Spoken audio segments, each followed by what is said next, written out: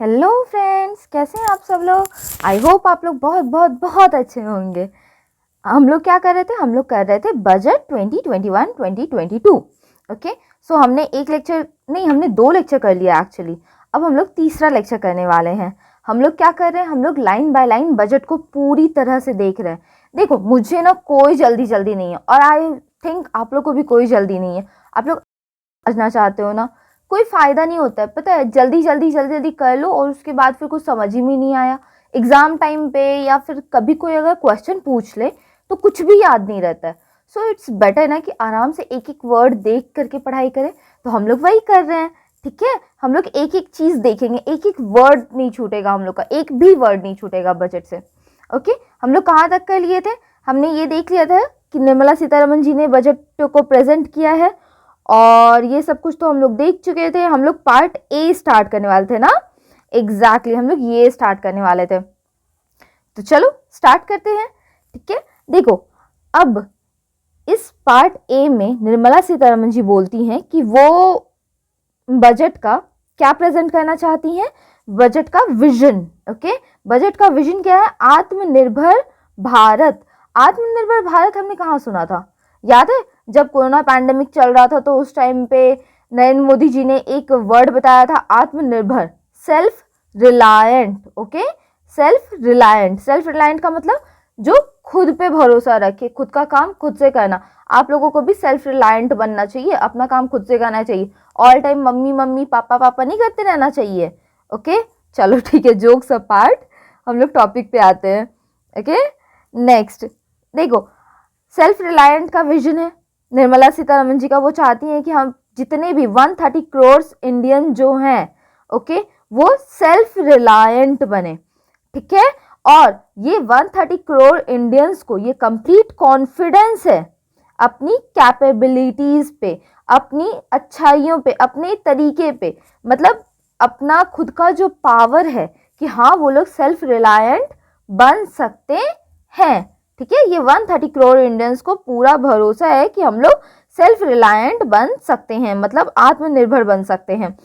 Next, उसके बाद क्या है, देखो हम लोग किस किस ग्रुपिंग के पार्ट है। ग्रुप मतलब क्या होता है, कल मैंने बताया था कि 5 फ्रेंड मिल गए तो अब क्या बन गया, एक ग्रुप बन गया। ओके, सो उसी तरह से क्या होता है ना कि बहुत सारी कंट्रीज मिलकर के ग्रुप बनाती है। तो हम लोग देखेंगे कि हम लोग किसके किसके इंटरनेशनल ग्रुपिंग्स के पार्ट है। इंटरनेशनल ग्रुपिंग मतलब जहां हमारे कौन कौन से कंट्री हमारे फ्रेंड्स है, ठीक है। तो पहला तो क्या है, G20। ओके, G20 का मतलब है group of 20 countries. Okay, group of 20 countries. BRICS याद है, कल मैंने आपको बताया था ना, B for Brazil, R for Russia, I for India, C for China, S for South Africa. Okay, so G20 के पार्ट है, ब्रिक्स के पार्ट है coalition for disaster resilient infrastructure. देखो, डिजास्टर रेजिलिएंट इंफ्रास्ट्रक्चर का मतलब क्या होता है, रेजिलिएंट वर्ड का मतलब होता है ना कि अगर डिजास्टर आए भी तो भी हमें ज्यादा नुकसान ना हो। ओके, अब देखो जैसे कि फ्लड तो आना ही है, फ्लड को तो तुम रोक नहीं सकते हो, ऐसा थोड़ी है कि नदी बंद कर दोगे, या अर्थक्वेक तो आना ही आना है, जो रीजन है अर्थक्वेक का वहां पे आना ही है। हम लोग क्या कर सकते हैं, हम लोग अपने घर को एक ऐसे हाइट पे बना सकते हैं, एक ऐसे हाइट पे बना सकते हैं जहां पे कि अगर फ्लड आता भी है तो हमारा घर सेफ रहे, हमारे घर में पानी ना घुसे। हम लोग तो ये ना कर सकते हैं। या फिर हम लोग इसका पिलर इतना स्ट्रांग बना दे कि अगर अर्थक्वेक आए तो फिर ये हिले ना। तो इसी को बोलते हैं डिजास्टर रेजिलिएंट इंफ्रास्ट्रक्चर।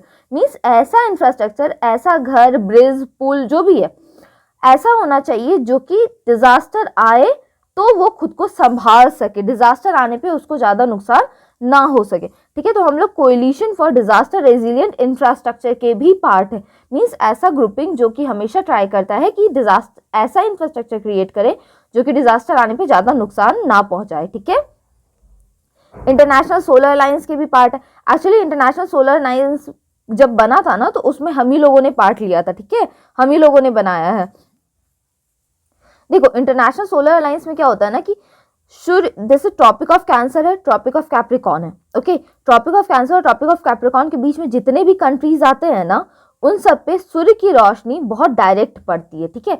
ये सब मैं आपको ज्योग्राफी में बताऊंगी, तो नहीं समझ में आया तो उतना टेंशन मत लेना। ओके, तो इस पे ना डायरेक्ट सनरेज पड़ता है। तो ये जो कंट्रीज है ना, इनमें सोलर पावर बहुत ज़्यादा है, सन की एनर्जी बहुत ज़्यादा है।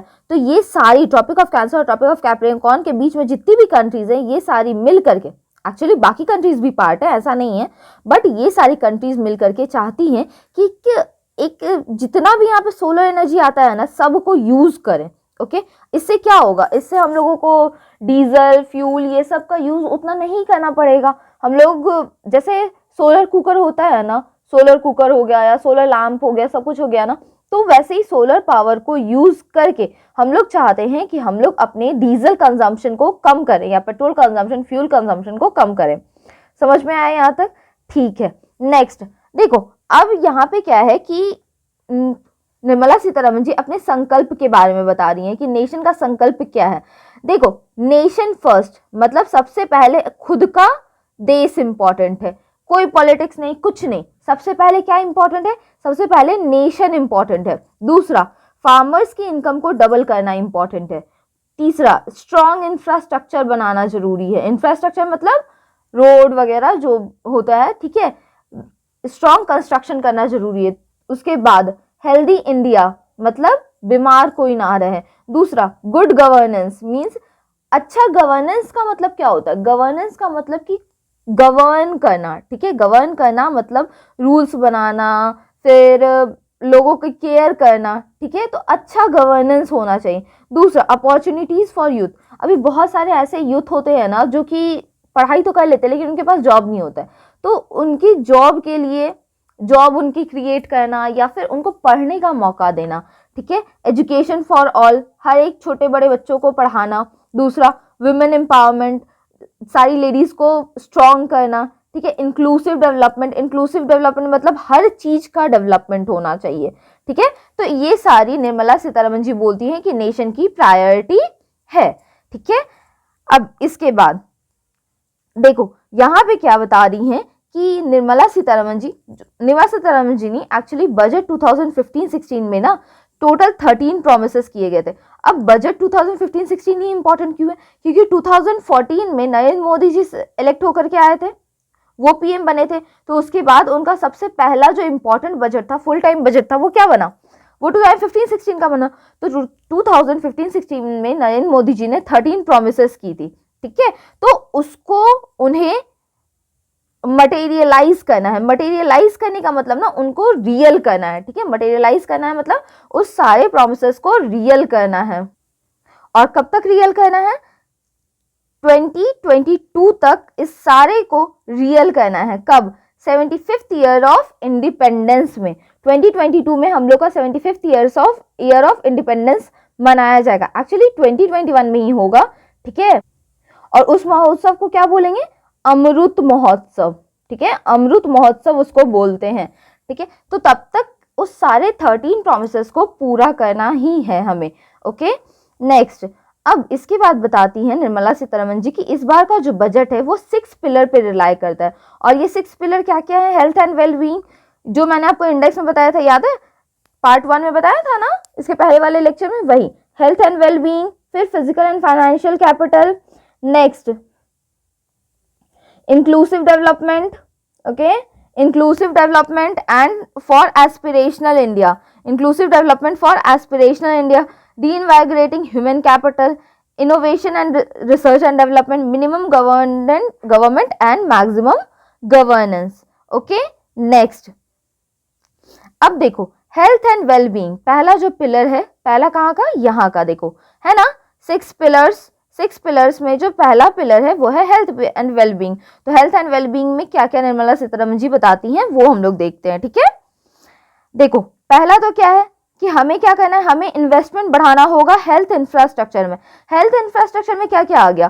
पहला तो आ गया हॉस्पिटल्स, क्लिनिक्स जो होते हैं, क्लिनिक्स मतलब प्राइवेट क्लिनिक्स नहीं, क्लिनिक्स जहाँ पे कि छोटे छोटे हॉस्पिटल्स वगैरह होते हैं ना गाँव वगैरह में, वो, फिर बड़े बड़े हॉस्पिटल्स हो गए, मल्टी स्पेशलिटी हॉस्पिटल्स हो गए, मोबाइल हॉस्पिटल्स हो गया। अच्छा, मोबाइल हॉस्पिटल मतलब क्या होता है? इस बजट में पढ़ना होगा तुम लोग को। मोबाइल हॉस्पिटल मतलब ये नहीं है कि मोबाइल का हॉस्पिटल, नहीं, मोबाइल हॉस्पिटल मतलब होता है कि ऐसा हॉस्पिटल जो कि इधर से उधर ट्रैवल कर सकता है। अब ऐसा हॉस्पिटल कैसे होगा? देखो, एक वैन टाइप रहता है, ठीक है, एक वैन रहता है जिसमें ना ऐसे व्हील्स लगे हुए रहते हैं और यहाँ पे ड्राइवर रहते हैं, ठीक है। इस वैन में ना सारी फैसिलिटीज रहती हैं, हॉस्पिटल की सारी फैसिलिटीज, टेस्टिंग सेंटर वगैरह रहता है इसमें, बहुत बहुत सारी चीजों को इस छोटे से वैन में अकोमोडेट कर दिया जाता है। और ये वैन जो है ये इधर से उधर ट्रैवल करती रहती है और जहां जहां पे पेशेंट रहेंगे उनको ट्रीट करेगी, तो उसी को बोलते हैं क्या हम लोग, मोबाइल हॉस्पिटल, ओके, या मोबाइल क्लिनिक, जिसको जो भी बोलो, ओके।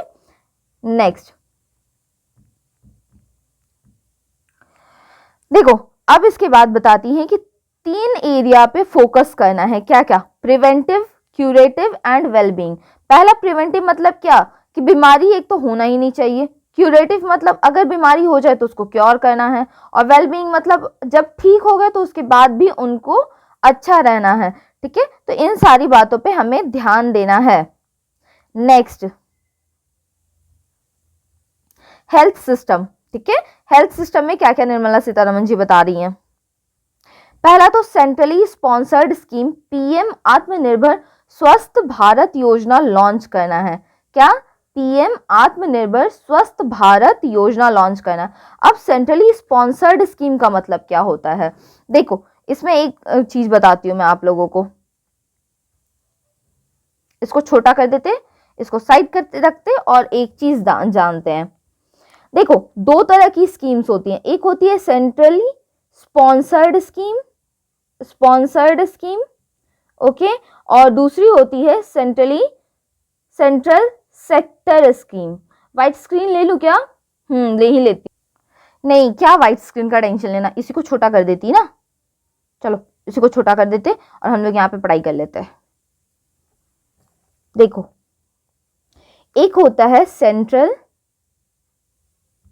सेक्टर स्कीम, ठीक है, और दूसरा होता है सेंट्रली स्पॉन्सर्ड स्कीम, ठीक है, स्पॉन्सर्ड,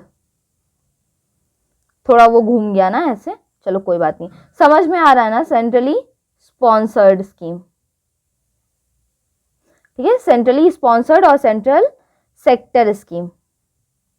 अब डिफरेंस क्या होता है ये जानो। देखो सेंट्रल सेक्टर स्कीम जो होता है ना, उसमें क्या होता है कि सेंट्रल गवर्नमेंट मतलब कि नरेंद्र मोदी जी, सेंट्रल गवर्नमेंट मतलब सरकार जो सेंटर में बैठी हुई है, मतलब नरेंद्र मोदी जी ही पूरा का पूरा पैसा देंगे, ठीक है, पूरा का पूरा, मतलब सेंट्रल जो है, सेंटर पूरा पैसा देगी, ओके।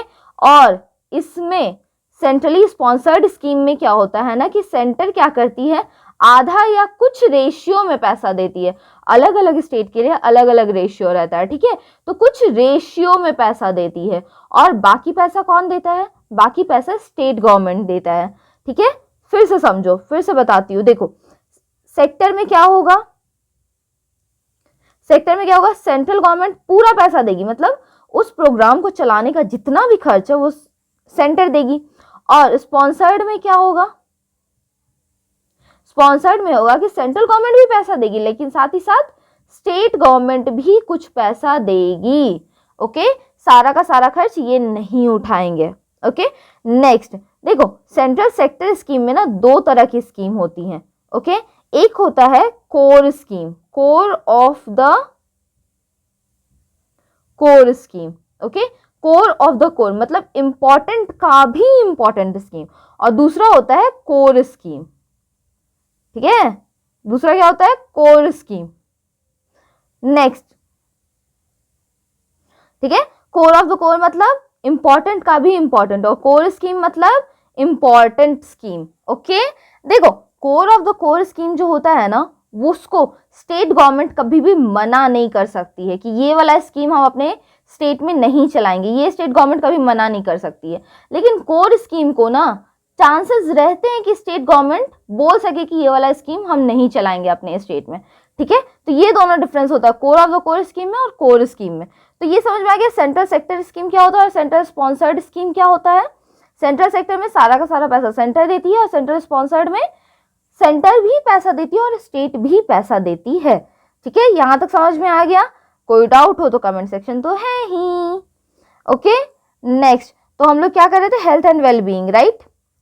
तो अभी कौन सा स्कीम चलाने वाली है निर्मला सीतारमण जी, पीएम आत्मनिर्भर स्वस्थ भारत योजना, सेंट्रली स्पॉन्सर्ड स्कीम, मतलब सेंटर भी पैसा देगी और स्टेट भी पैसा देगी। अब इस पूरे योजना में पीएम आत्मनिर्भर स्वस्थ भारत योजना में कितना खर्च आएगा, टोटल 64,180 करोड़, ओके। और ये पैसा टोटल कितने साल में खर्च किया जाएगा, 6 ईयर्स में, ओके। अब इस योजना में क्या क्या चीज किया जाएगा, इस योजना के अंदर में क्या क्या चीज किया जाएगा, ये भी इंपॉर्टेंट है। देखो, प्राइमरी, सेकेंडरी और टर्शियरी केयर, ठीक है, प्राइमरी, सेकेंडरी और टर्शियरी केयर दिया जाएगा।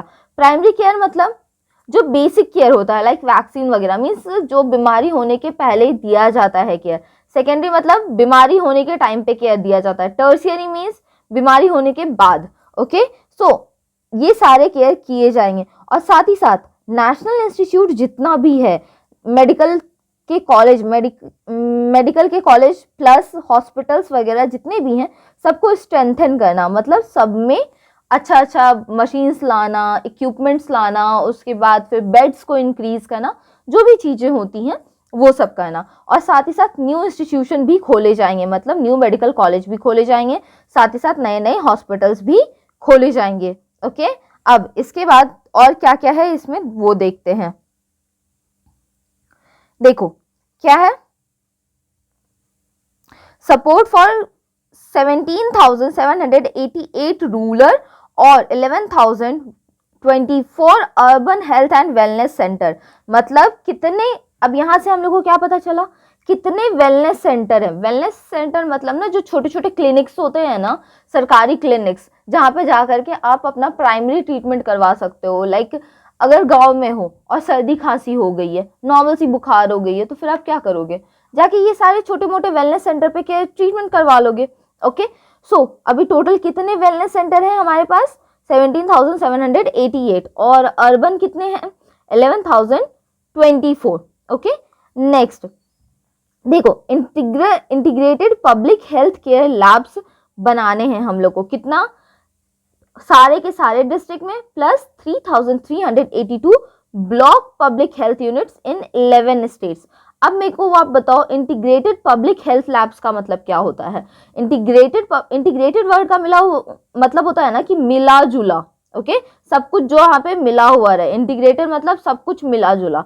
तो इंटीग्रेटेड का मतलब हुआ कि सारी फैसिलिटीज इन लैब में होंगी, हर तरह के टेस्ट इस लैब में किए जा सकते हैं। और साथ ही साथ हर तरह की बीमारी का ट्रीटमेंट किया जा सकता है। तो ऐसा इंटीग्रेटेड पब्लिक हेल्थ लैब सारे डिस्ट्रिक्ट में बनाना है, और साथ ही साथ क्या करना है, 3,382 ब्लॉक पब्लिक हेल्थ यूनिट्स बनाने हैं, मतलब कि ब्लॉक में पब्लिक हेल्थ केयर यूनिट्स बनाने हैं, okay. Next, critical care hospital बनाने हैं, किसमें, 602 डिस्ट्रिक्ट में, okay. Critical care health block का मतलब क्या होता है, क्रिटिकल केयर मतलब होता है ना कि जो बहुत ज़्यादा बीमार हो गए, बहुत ज़्यादा बीमार, तो उनको जो फैसिलिटीज़ प्रोवाइड की जाती है, उनका ट्रीटमेंट किया जाता है। तो वैसे हॉस्पिटल्स बनाने हैं 602 डिस्ट्रिक्ट्स में, ओके। नेक्स्ट, इसके बाद क्या है, national centre for disease control. National centre for disease control को स्ट्रेंथन करना है, मतलब वहाँ पे अच्छे अच्छे इक्विपमेंट्स लाने हैं, और साथ ही साथ उसके 5 रीजनल ब्रांचेस बनाने हैं। रीजनल ब्रांचेस मतलब छोटे छोटे उसके ब्रांचेस बनाने हैं, और साथ ही साथ 20 मेट्रोपॉलिटन हेल्थ सर्वेलेंस यूनिट। देखो, मेट्रोपॉलिटन एरियाज, मेट्रो सिटीज जिसको बोलते हैं, जहाँ पे कि एक पर्टिकुलर नंबर ऑफ पर्सन से ज़्यादा लोग रहते हैं, ठीक है। तो वैसे 20 सिटीज में हेल्थ सर्वेलेंस यूनिट, मतलब कि हेल्थ को चेक करते रहने वाला यूनिट बनाना है, ठीक है। उसके बाद integrated health information portal. Integrated का मतलब मैंने क्या बताया, सब कुछ मिला जुला। तो ऐसा पोर्टल लॉन्च करना है जिसमें कि सारे बीमारी के बारे में एक जगह पे दिया हुआ रहे, okay. Next, 17 new public health units, ठीक है, 17 न्यू पब्लिक हेल्थ यूनिट्स, मतलब 17 ऐसे हेल्थ यूनिट बनाने हैं, ऐसा हॉस्पिटल बनाना है जहाँ पे कि हर तरह की फैसिलिटीज़ प्रोवाइड की जाती है। और साथ ही साथ जो 33 पब्लिक हेल्थ यूनिट है अभी, वहाँ पे कि वहां पे उसको और स्ट्रेंथन करना, ठीक है। कहाँ पे? Point of entry. देखो पॉइंट ऑफ एंट्री मतलब ना कि बाहर से जितने भी लोग, जैसे कोरोना वायरस आया, सब हर कंट्री से लोग आ रहे थे, तो इन सारे लोगों को मना किया गया कि नहीं आप लोग हमारी कंट्री में नहीं आ सकते। तो ये लोग कहाँ से एंटर कर रहे थे? या तो एयरपोर्ट से एंटर कर रहे थे, ठीक है, या तो बस स्टैंड से एंटर कर रहे थे, या फिर रेलवे स्टेशन से कहीं से भी एंटर कर रहे थे। तो ये सारे जगह पे, एयरपोर्ट पे, बस स्टैंड पे, सब जगह पे क्या किया गया? रोक दिया गया कि नहीं यहाँ से आप एंटर नहीं कर सकते। तो वैसे ही अभी क्या है ना कि अभी 17 जगह पे, 17 जगह पे ऐसा पब्लिक हेल्थ यूनिट बना हुआ है, मतलब कि पॉइंट ऑफ एंट्री जहां से लोग एंटर कर रहे हैं, वहीं पे इन लोगों को रोकना, वहां पे टेस्ट करना, वहां पे चेक करना कि हाँ भाई आप लोग बीमारी लेके आ रहे हो कि क्या लेके आ रहे हो, तो वो सब चेक करना। तो अभी 17 जगह पे बना हुआ है। और कितना बनाना है हम लोग को? 32 एयरपोर्ट पे बनाना है, 11 सी पोर्ट पे बनाना है, और 7 लैंड क्रॉसिंग पे भी बनाना है। उसके बाद 15 हेल्थ इमरजेंसी ऑपरेशन सेंटर्स बनाने हैं, मतलब कि इमरजेंसी में अगर ऑपरेशन करना पड़े तो ऐसे ऑपरेशन सेंटर्स 15 बनाने हैं। नेक्स्ट 2 मोबाइल हॉस्पिटल, मैंने आपको बताया था ना मोबाइल हॉस्पिटल, जो कि एक वैन रहता है जिसमें कि सारा फैसिलिटीज रहता है। तो वैसे 2 मोबाइल हॉस्पिटल बनाना है। ऑब्वियसली बात है, मोबाइल हॉस्पिटल बनाने में कितना का खर्च आएगा सोच ही सकते हो। पूरा का पूरा हॉस्पिटल एक जगह पे ला रहे हो तो फिर तो खर्च बहुत ज्यादा होगा ना, ठीक है। नेक्स्ट WHO के बारे में तो आप लोग को पता होगा, वर्ल्ड हेल्थ ऑर्गेनाइजेशन, ठीक है। तो वर्ल्ड हेल्थ ऑर्गेनाइजेशन का एक रीजनल रिसर्च प्लेटफॉर्म बनाना है, मतलब इंडिया में भी WHO का एक रिसर्च ऑर्गेनाइजेशन होगा। ओके, सो यहाँ पे भी इंडिया में भी बनाना है। यहाँ तक समझ में आया? ठीक है। अब हम लोग चलते हैं न्यूट्रिशन। न्यूट्रिशन मतलब जो जिसके लिए मम्मी हम लोगों को बोलती है ना कि खाना खा लो, खाना खा लो, खाना खा लो, तो वही चीज न्यूट्रिशन। मुझे तो खाना उतना पसंद भी नहीं है, ठीक है। नेक्स्ट अब हम लोग आते हैं न्यूट्रिशन पे, ठीक है। न्यूट्रिशन में क्या होता है कि सप्लीमेंट्री न्यूट्रिशन प्रोग्राम और पोषण अभियान। अभी क्या चल रहा है? अभी चल रहा है न्यूट्रिशन प्रोग्राम, बहुत सारे चल रहे हैं, सरकार बहुत सारे प्रोग्राम चलाती है कि जो बच्चे हैं उनको किस तरह से क्या क्या उनको आयरन चाहिए, विटामिन चाहिए, मिनरल चाहिए, कैल्शियम चाहिए, जो भी चीज चाहिए, तो सारे न्यूट्रिशन प्रोग्राम चलाती है, ठीक है। और साथ ही साथ पोषण अभियान भी चला रही है। तो ये दोनों को ना मर्ज करके एक न्यू मिशन चलाना है, पोषण 2, पोषण 2। और total 112 aspirational district, aspirational district कल मैंने आपको बताया था ना, जहां पे कि हम लोग एस्पायर करते हैं कि इसको बहुत ज्यादा ग्रो करने की जरूरत है, जहां पे हम लोग सोचते हैं कि हाँ भाई ये सारे एरियाज जो हैं, ये सारे डिस्ट्रिक्ट हैं, इसमें बहुत ज्यादा कमी है चीजों की, तो इनको ऊपर करना है, इनको और ज्यादा हमें डेवलप करवाना है। तो वहां पे क्या करना है? वहां पे न्यूट्रिशन आउटकम, मतलब कि वहां पे और ज्यादा हमें न्यूट्रिशियस फूड प्रोवाइड करनी है, ठीक है। यहां तक समझ में आया? नेक्स्ट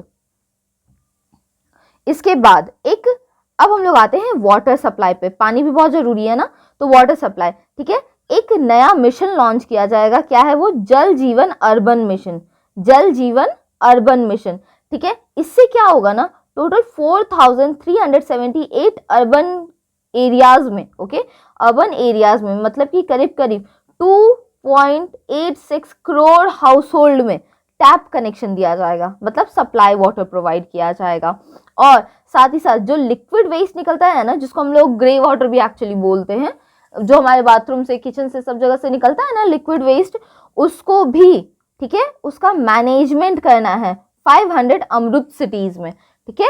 मैनेजमेंट मतलब जो भी वेस्ट निकलता है उसको प्यूरिफाई करके या तो पेड़ में डाला जाए, या जैसे रोड साइड पेड़ वगैरह होता है ना, तो उसमें भी तो पानी देने की जरूरत है। तो ये सारे जो वॉशरूम के, बाथरूम के वेस्ट होते हैं ना, तो इसको प्यूरिफाई करके फिर पानी वगैरह में दिया जाता है, पेड़ वगैरह में दिया जाता है, ओके। और ऐसा कब तक करना है? करीब 5 साल में करना है। और इसमें खर्च कितना आएगा? 2,87,000 करोड़, ओके। इतना सोचो, इतना ज्यादा खर्च आएगा, और हम लोग पानी कैसे कितना इजीली वेस्ट कर देते हैं। समझो, पानी मत वेस्ट किया करो, ओके। नेक्स्ट साथ ही साथ फोकस अब किस पे रहने वाला है? Complete faecal sludge management. Faecal waste मतलब होता है ना, जो हमारे वॉशरूम, हमारे पॉटी से जो वेस्ट निकलता है ना, उसको प्यूरिफाई करना, उसका मैनेजमेंट, ओके। सो उसको बोलते हैं फीकल वेस्ट, ठीक है। सो उसको मैनेज करना, प्लस वेस्ट वाटर ट्रीटमेंट, जो बाथरूम किचन वगैरह का पानी रहता है उसको मैनेज करना, ठीक है। और सेग्रीगेशन ऑफ गार्बेज, देखो हम लोग क्या करते हैं ना कि हम लोग सारे रिन्यूएबल नॉन रिन्यूएबल सारे वेस्ट को एक साथ मिला देते हैं, कागज, सब्जी का छिलका, सब कुछ एक साथ मिला देते हैं। तो इसको ना जो कचरा उठाने वाले आते हैं, हमारे घर में कचरा लेने वाले आते हैं, वो क्या करते हैं, वो जा करके फिर उसको सेग्रीगेट करते हैं, ठीक है, कचरे को सेग्रीगेट करते हैं, ताकि जिसको रिसाइकल किया जा सके उसको रिसाइकल कर दें, और जिसको रिसाइकल नहीं किया जा सकता है, या फिर जो पेड़ का छिलका वगैरह है, ठीक है, तो छिलका वगैरह को कुछ बायोडिग्रेडेबल चीज जैसे कि मैन्योर में कन्वर्ट कर सकें, ठीक है, तो वैसे उसको सेग्रीगेट करके यूज करते हैं। ओके, सिंगल यूज प्लास्टिक को बंद करना है हमें, ठीक है, एयर पॉल्यूशन में भी कमी लानी है, ठीक है। अब एयर पॉल्यूशन में कमी लाने के लिए क्या क्या करना होगा हमें, पहला तो जो कंस्ट्रक्शन और डिमोलिशन एक्टिविटीज होता है, देखो एयर पॉल्यूशन सिर्फ जरूरी नहीं है कि सिर्फ व्हीकल से ही होता है, बहुत सारी जगह पे घर बन रहा होता है, तो घर बनता है तो कितना सारा सीमेंट उड़ता है ना, और साथ ही जब घर टूटता है तभी भी कितना सारा सीमेंट उड़ता है, तो वो भी तो एक तरह का एयर पॉल्यूशन है ना। तो कंस्ट्रक्शन एंड डिमोलिशन एक्टिविटीज में भी जो एयर पॉल्यूशन होता है उसके कारण उसको भी रोकना, ठीक है। और डंप साइट, जितना भी जहां पे कचरा डंप किया जाता है ना, वाह, तो उसको मैनेज करना, ठीक है। तो यहां तक समझ में आया। नेक्स्ट, अब जो अर्बन स्वच्छ भारत मिशन 2.0 है, इसको लॉन्च किया जाएगा, ठीक है, अर्बन स्वच्छ भारत मिशन 2.0, और इसमें करीब करीब कितना खर्च आएगा, 1,41,678 करोड़, और ये कितना दिन में खर्च किया जाएगा, 5 साल में, ठीक है। अब हम लोग आज यहीं तक करते हैं, यहाँ तक अगर आप लोगों को कुछ भी डाउट हो तो फिर कमेंट सेक्शन तो है ही, और टेलीग्राम चैनल ज्वाइन कर लेना। अरे आज का क्वेश्चन छूट गया ना। आज का क्वेश्चन है, पहला क्वेश्चन तो ये है कि मरकरी में, ठीक है, मरकरी में कितने डेज में कितना ईयर होता है, मतलब मरकरी का रिवॉल्यूशन और रोटेशन टाइम। मरकरी, जो लोग मेरी वीडियो शुरू से देख रहे हैं ना उनको पता होगा कि मैं क्या पूछ रही हूँ। ओके, मरकरी का रिवॉल्यूशन एंड रोटेशन टाइम, ठीक है। और दूसरा क्वेश्चन है, सेकंड क्वेश्चन है कि which is the smallest planet in our solar system। Okay, ये दोनों क्वेश्चन है, ये दोनों का आंसर आपको कमेंट सेक्शन में देना है, दोगे ना? चलो ठीक है, फिर take care everyone, bye bye.